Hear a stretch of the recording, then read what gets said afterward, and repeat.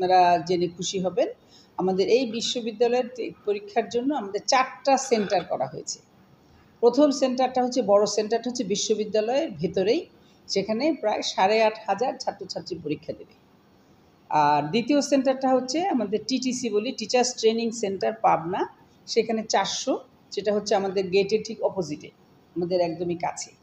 আরেকটা আছে ইমাম Ghazali girls school and college Pabna, সেখানে 1719 জন। আর তারপরে আছে পাবনা জেলা স্কুল পাবনা, 724 জন। তো কাজে এই যে ডিস্ট্রিবিউশনটা, তার মানে আমাদের বিশাল একটা ছাত্রের সংখ্যা আমাদের ক্যাম্পাসে চলে আসবে। তো কাজে আমরা সার্বিক চিন্তা ভাবনা করেই ব্যবস্থা গ্রহণ করেছি। আমরা ছাত্রছাত্রীদেরকে, যেহেতু পরীক্ষা শুরু 12টায়, আমরা ছাত্রছাত্রীদেরকে গেট দিয়ে ঢুকতে অ্যালাউ করব। ওরা 10টা থেকে অ্যালাউ করব, শুধু ছাত্রছাত্রীরা ক্যাম্পাসে ঢুকতে পারবে, অন্য কেউ না। এবং তারা ঢোকার সময় অ্যাডমিট কার্ড, তাদের কলম, আর জাস্ট যদি পানি আনতে চায় এই বৈরী আবহাওয়ার জন্য আমরা অ্যালাউ করব, কিন্তু বোতলের ওই যে লেবেলটা কাটা থাকবে, যাতে লেবেলের ভিতরে কোনো কিছু না থাকে, ট্রান্সপারেন্ট থাকে। কারণ আমরা পানিটা অ্যালাউ করবো, কারণ এই বৈরী আবহাওয়ায় পানিটা দরকার তাদের, যদি তারা আনতে চায়। আর কিছু অ্যালাউ করা হবে না, এটা নিয়ে তারা ঢুকবে। ঠিক, মেটাল ডিটেক্টর দিয়ে আমরা ডিটেক্ট করে নেব যে এনি কাইন্ড অফ মেটাল যেন তাদের সাথে না আসে ঢোকার সময়। পরবর্তীকালে আমরা আরও তাদের ছোট ছোট ডিভাইস আছে কিনা সেটাও আমরা চেক করব। তো কাজে ওই প্রিকশনটা আমরা নিচ্ছি, যাতে মানে ওই ধরনের কোনো মানে আইটি রিলেটেড প্রবলেম যতটুকু পারা যায় আমরা চেষ্টা করব অ্যাভয়েড করতে, চেষ্টা করব জিরো টলারেন্সে যে ওই পর্যন্ত। এটা হলো প্রথম কথা। আর দ্বিতীয় কথা হচ্ছে, তারা যখন ঢুকে যাবে, তারপর যখন কেন্দ্রে ঢুকবে, কেন্দ্রে ঢোকার সময় দ্বিতীয়বার চেকিং হবে। দ্বিতীয়বার চেকিং হওয়ার অর্থ হচ্ছে তখন আবার আমাদের ডিভাইস যদি থাকে তখন আমাদের এটা চেক হয়ে যাবে, কাজে ডাবল চেকিংয়ে যাবে। আর পরীক্ষার হলের ভিতরে তো আছেই। এইখানে আমাদের ছেলে মেয়ে 2টা গ্রুপই আছে। কাজে ছেলে মেয়েদের জন্য আমাদের মহিলা পুলিশও থাকবে, আমাদের রোভার স্কাউট আছে, ছেলে রোভার স্কাউট আছে, মেয়ে রোভার স্কাউট আছে। কাজেই যদি যারা থাকে, মেয়েরা থাকলে মেয়েদেরকে যদি চেক করা দরকার হয়, তাদের সহযোগিতা দরকার হয়, আমাদের মহিলারা সহযোগিতা করবেন, এবং স্কাউট অ্যাজ ওয়েল অ্যাজ মহিলা পুলিশ, এবং ছেলেরা তো আছেনই। কাজে সেই সহযোগিতাটা আমরা পাবো।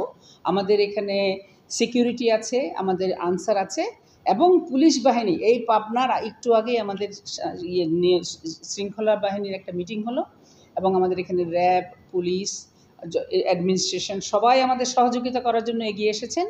যত সংস্থা সবাই এসেছেন, সবাই ঝাঁপিয়ে পড়বেন আমাদের জন্য, এবং ওনারা আমাদের সহযোগিতা করবেন। কাজে এই জায়গাটা আমরা মনে করি ঠিক মতন করতে পারব। এখন আসি আমরা এই বৈরী আবহাওয়ার জন্য আমরা কি করছি। এখন এই বৈরী আবহাওয়ায় গরমের মধ্যে ছেলেপেলে স্বাভাবিক দূর থেকে আসবে দুপুরবেলা। আমরা এখানে ঢোকার সময় আমরা চেষ্টা করেছি যাতে প্রতিটা 4টা সেন্টারে মেডিকেল টিম রেখেছি আমরা। ইন কেস অফ এমার্জেন্সি যদি কিছু হয়, যেন মেডিকেল টিম স্ট্যান্ড বাই থাকবে, এবং আমরা তার জন্য তৈরি। আমাদের ডক্টর, মানে technical person as well as medicine, যা যা লাগে সব কিছু নিয়ে আমরা তৈরি আছি। তারপরে যদি ইমার্জেন্সি হয়, আমরা অলরেডি সিভিল সার্জন বা জেলা মেডিকেল অফিসার, ওদের সাথে যোগাযোগ রেখেছি। ইমার্জেন্সি যদি আরও কিছু হয়, তখন তাদেরকে আমরা ব্যবহার করব। আর আপনারা জানেন আমাদের অ্যাম্বুলেন্স আছে, দরকার হলে আমরা সেই অ্যাম্বুলেন্সও ব্যবহার করব যদি প্রয়োজন হয়।